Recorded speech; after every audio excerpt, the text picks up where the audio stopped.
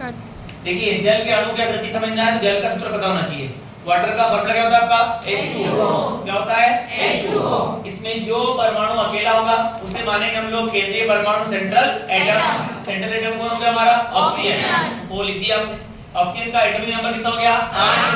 अब 8 के अनुसार आ जाएगा इलेक्ट्रॉनिक विन्यास 1s2 2s2 2p4 1s2 2s2 2p4।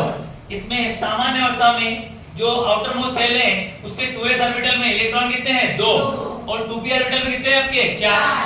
अब हमें फार्मूले को लिखना पड़ेगा कि ऑक्सीजन कितने बॉन्ड बनाएगा 2। ऑक्सीजन जितने बॉन्ड बनाएगा उतने चाहिए उसको अनपेयर्ड इलेक्ट्रॉन, उतने चाहिए उसको अनपेयर्ड इलेक्ट्रॉन। अब ऑक्सीजन बनाना कितने बॉन्ड है 2, तो 2 चाहिए अनपेयर, तो है कि नहीं है इसके पास है। तो इसीलिए अगर जितने बॉन्ड बनाना है उतने इलेक्ट्रॉन अनपेयर्ड अवेलेबल हैं तो सामान्य अवस्था और उत्तेजित अवस्था दोनों क्या देगी सेम, ये दोनों सेम हो जाएंगे। अब यहाँ पर आपने देखा कि इनमें होगा हाइब्रिडाइजेशन, ये ऑर्बिटल आपस में मिलेंगे। मिलने वाले ऑर्बिटलों में एक का नाम है S और P कितने हैं बेटा आपके 3। मिलने वाले ऑर्बिटल में S कितना है 1 और P कितने हैं 3, इसलिए नाम क्या देंगे sp3 हाइब्रिडाइजेशन। नाम क्या देंगे sp3 हाइब्रिडाइजेशन। हाइब्रिडाइजेशन का नियम कहता है जितने ऑर्बिटल मिलेंगे उतने नए बनेंगे, जितने मिलेंगे उतने नए बनेंगे। तो मिलने वाले कितने हैं 4, तो नए कितने बनेंगे 4।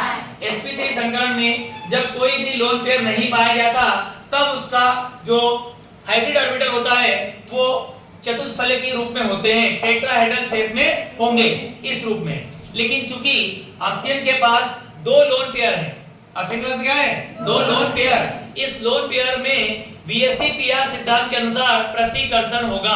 क्या होगा इसमें प्रतिकर्षण, और इस प्रतिकर्षण के कारण ये जो ऑर्बिटल है वो हल्का नीचे जाएगा, ये फिर और नीचे जाएगा, ये फिर और नीचे जाएगा, और इस प्रकार इसके झुकने से इसके अणु की आकृति कैसी हो जाएगी V शेप।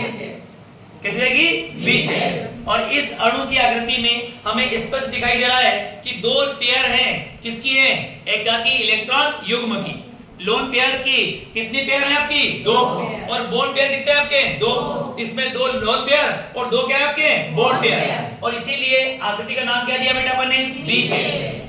क्या नाम दिया है V शेप। और इस अणु का बॉन्ड एंगल क्योंकि होना था 109.28 सेकंड, लेकिन प्रतिकर्षण के कारण वो एंगल क्या हो रहा है बेटा आपका कम हो रहा है, और कम होकर के कितना हो चुका है 104.5।